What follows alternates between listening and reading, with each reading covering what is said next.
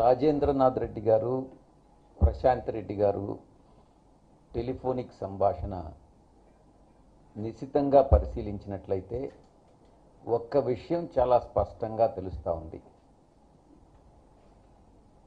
పెద్దల పట్ల అగౌరవంగా మాట్లాడడం, రెండు, తెలుగుదేశం పార్టీలో చేరిన తర్వాత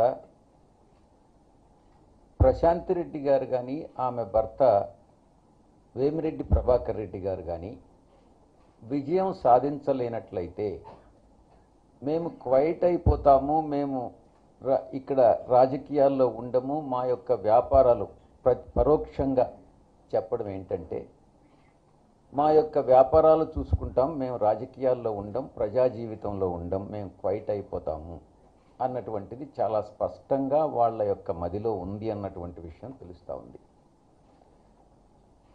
అంటే తన వ్యాపారాలు ఏదైతే ఉన్నాయో అది దుబాయ్లో కానీ, సింగపూర్లో కానీ, ఇండోనేషియాలో కానీ, ఆఫ్రికాలో కానీ, ఇక్కడ భారతదేశంలో కానీ ఆ వ్యాపార లావాదేవీలు చూసుకుంటారే కానీ ప్రజా జీవితంలో వీళ్ళు ఉండరు అన్నటువంటిది ఘంటాపదంగా చెప్పొచ్చు. వాళ్ళ మనోభావాలనే వాళ్ళు వ్యక్తం చేయడం జరిగింది.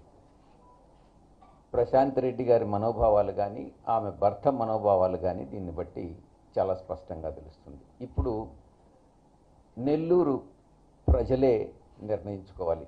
మీకు అనుక్షణం ఎల్లవేళలా మీ సమస్యల్ని ఆకలింపు చేసుకుని మీతో పాటు సహజీవనం చేసేటటువంటి వ్యక్తులు వైఎస్ఆర్సీపీ అభ్యర్థులు. వాళ్ళు కావాలనా, లేక మేము పోటీ చేస్తాం, ఓడిపోతే క్వైట్ అయిపోతాం, మేము మా యొక్క లావాదేవీలు చూసుకుంటాం అన్నటువంటి తెలుగుదేశం పార్టీ అభ్యర్థులు మీకు కావాలనా అన్నటువంటిది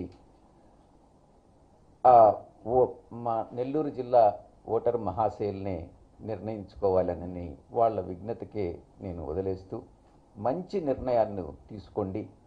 ఎప్పుడు కూడా మా యొక్క వైఎస్ఆర్ కాంగ్రెస్ పార్టీ అధినాయకులు శ్రీ జగన్మోహన్ రెడ్డి గారు కానీ, మా యొక్క శాసనసభ్యులు కానీ, పార్లమెంటు సభ్యులు కానీ అనునిత్యం మేము ప్రజా జీవితంలోనే ఉంటాము, మీలో ఒకరిగా ఉండి మీ సమస్యల పరిష్కారం కోసం అహర్నిశాలు కృషి చేస్తామనని పత్రికాముఖంగా తెలియజేసుకుంటూ సెలవు తీసుకుంటా ఉన్నాను. ధన్యవాదాలు.